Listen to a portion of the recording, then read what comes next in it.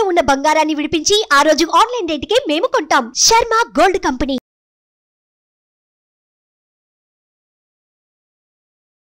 నమస్కారం, సుమన్ టీవీ ప్రేక్షకులకు స్వాగతం.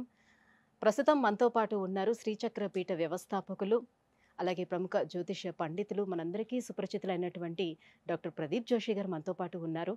ఈ క్రోధినామ సంవత్సరం 27 నక్షత్రాల వారికి ఏ రకంగా ఉండబోతుంది ఏంటనే విషయాన్ని తెలియజేసేందుకు గురుగారు నమస్కారం. శ్రీమాత్రే నమః. మీ జన్మ నక్షత్రం ఇంపార్టెంట్. ఇప్పుడు నేను చెప్పేది ఏది జన్మ నక్షత్రం, నామ నక్షత్రము కాదు. నామ నక్షత్రం వేరు, జన్మ నక్షత్రం వేరు. నామ నక్షత్రానికి ఏ రాశి ఫలాలు గాని ఏ గోచార ఫలితాలు గాని వర్తించవు.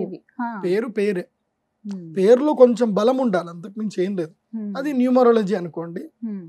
మిగతాదంతా కూడా ఇప్పుడు నేను చెప్పేటువంటి నక్షత్ర ఫలితాలు ఏవవుతున్నాయి నామ నక్షత్రాన్ని బట్టి, సారీ నేను చెప్పేటువంటి పరీక్ష ఏవైతే నక్షత్ర ఫలితాలు ఏవైతున్నాయో ఇవి జన్మ నక్షత్రం అయితే తెలుసుకోవాలి. మీ జన్మ నక్షత్రం మీకు తెలియదంటే నా వెబ్సైట్కి విజిట్ అవ్వండి. అక్కడ మీ date of birth, time, place అన్ని కూడా ఎంటర్ చేయండి. మీకు మీ యొక్క జాతకం మీకు ఈమెయిల్లో PDF రూపంలో వస్తుంది. ఇది 500 పేజీలకు పైగా వస్తుంది. డే టు డే రిపోర్ట్ తో సహా వస్తుంది. అంటే ఈ రోజు ఏం జరగబోతుంది, రేపు ఏం జరగబోతుంది అనేది సూచన ప్రాయంగా డే టు డే రిపోర్ట్ తో సహా వస్తుంది. సో అది మీరు స్వీకరించవచ్చు. మీ జన్మ నక్షత్రం అక్కడి నుంచి తెలుసుకోండి. పేర్లను బట్టి ఇప్పుడు శ్రీనివాస్ అని పేరు ఉంటుంది, అందరు తులారాశి అని చెప్పేస్తారు. కాదు. ఇప్పుడు వెంకటేష్ అంటారు, వేవో కాకి మృగశిర నక్షత్రము అంటే ఇది మిథున రాశి అని చెప్పేస్తారు. కాదు. సో ఇలా పేరును బట్టి మీరు రాశులు చెప్పుకోకండి, నక్షత్రాలు చెప్పుకోకండి, దాని ఫలితాలు ఉండవు. సో ఇప్పుడు ఈ సంవత్సరము క్రోధినామ సంవత్సరంలో ఒక్కొక్క నక్షత్రం వారికి ఎలా ఫలితాలు ఉన్నాయో చెప్తాను. అందరూ జాగ్రత్తగా వినండి. మీ జన్మ నక్షత్రాన్ని బట్టి మీరు నోట్స్ రాసుకోండి. గురుగారు, శ్రవణ నక్షత్రం వాళ్ళకి ఈ క్రోధినామ సంవత్సరం ఎలా ఉండబోతుంది? వాళ్ళు ఎటువంటి ఇంకా పరిహారాలను పాటించుకోవాల్సిన అవసరం ఉంటుంది? వారి స్వాభావికంగా వాళ్ళు ఏ రకంగా ఉంటారు? వాళ్ళు శ్రీ గురుభ్యో నమః, శ్రీమాత్రే నమః. శ్రవణ నక్షత్రం, శ్రవణం అంటే ఏంటి? వినడం. కానీ శ్రవణ నక్షత్రం వారు చేయని పనే అది. వాళ్ళు వినరు, ఎవరి మాట వినరు, వాళ్ళకి నచ్చిందే వాళ్ళు చేస్తారు. అండ్ ఈ ప్రపంచంలో బద్ధకరత్న అవార్డు ఎవరికైనా ఇవ్వాలి అని అంటే వాళ్ళు శ్రవణ నక్షత్రం వాళ్ళకి ఇవ్వచ్చు. బద్ధకరత్న, జాతిరత్న బిరుదులు ఏమైనా ఉంటే వీళ్ళకి ఇవ్వచ్చు. ఎందుకోసం అంటే వీళ్ళ జీవితంలో mentally very strong, psychologically very strong, and they are having very good plans. Problem salvation మెథడాలజీలో వీళ్ళంతా 100% ఎవరు ఉండరు. They are very good having the problem salvation methodology. ఏ సమస్యకి ఏ పరిష్కారం చేయాలి, దేనికి ఎప్పుడు చెక్ పెట్టాలి, ఎవరిని ఎప్పుడు కదిలించాలి, ఎవరిని ఎప్పుడు ఎలా వాడుకోవాలి వీళ్ళకు తెలిసినంత ఎవరికి తెలియదు. మంచి చాణక్య నీతి తెలిసినటువంటి వారు. కాకపోతే వీళ్ళు వేరే వాళ్ళ మాట వినరు. శ్రవణం అంటే వేరే వాళ్ళ మాటలు వినరు. ఒక ఒపీనియన్ వినడం కానీ, ఎవరైనా ఒక ఏదన్నా గైడ్లైన్స్ చేస్తున్నా అది వినరు. ఇంకోటి ఏంటంటే వీళ్ళకి జీవితంలో వీళ్ళు smart workers, not hard workers. Hard work చేయరు, స్మార్ట్ వర్కే. కూర్చున్న చోట డబ్బెలా సంపాదించాలి వీళ్ళని అడగండి చెప్తారు. అప్పులు ఎలా చేయించాలి, అప్పు ఎలా రాబట్టాలి, అప్పుల వాడు ఫోన్ చేస్తే వాడిని ఎలా కన్విన్స్ చేసి వాడిని ఒక 3 monthsకి ఎంగేజ్ చేయాలి, వీళ్ళకి తెలిసినది ఇంకెవరికి తెలియదు. వీళ్ళ జాతకం అది, లక్షణం అది.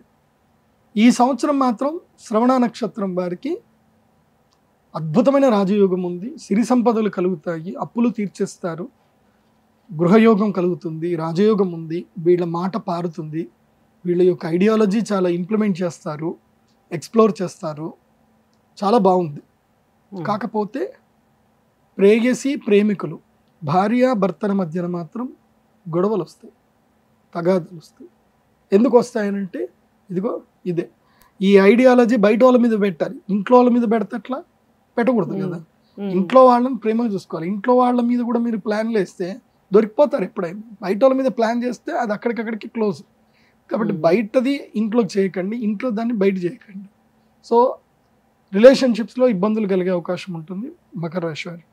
సో ఈ వీళ్ళ మకర రాశిలో కిందకి వస్తుంది. కాబట్టి ఇంకోటి ఏంటంటే శ్రవణ నక్షత్రానికి మెయిన్గా ఏంటంటే వీళ్ళకి ధనయోగం అయితే సంవత్సరం చాలా బాగుంది. డబ్బును కాపాడుకోవడమే ముఖ్యం, కానీ డబ్బు అయితే వస్తుంది కానీ కాపాడుకోలేకపోతారు. ఇలా వస్తుంది అలా ఖర్చు అయిపోతుంది, ఇలా వస్తుంది అలా.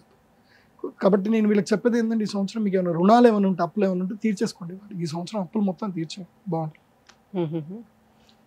సో ఇంకా పరిహారం వస్తే కనుక మీ జన్మ నక్షత్రంలోనే కలియుగ ప్రత్యక్ష దైవం శ్రీ వెంకటేశ్వర స్వామి వారిని దర్శనం చేసుకోండి.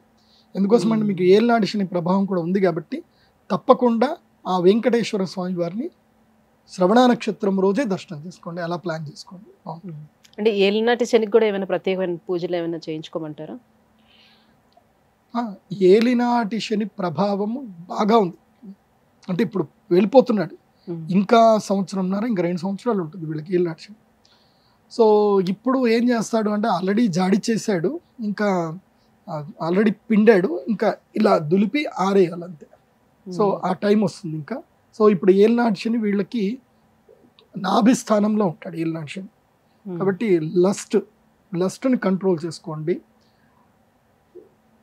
ఇంకా అంతే, రిలేషన్షిప్స్ కంట్రోల్ చేసుకోవడం, రిలేషన్షిప్స్లో ట్రాన్స్పరెన్సీ ఉండడం అదొకటి చాలా మంచిది. వీళ్ళకి కూడా కొన్ని ఇబ్బందులు వస్తాయి, అవి జరగద్దు అంటే వెంకటేశ్వర స్వామిని దర్శనం చేసుకోవడం అనేది చాలా ముఖ్యం.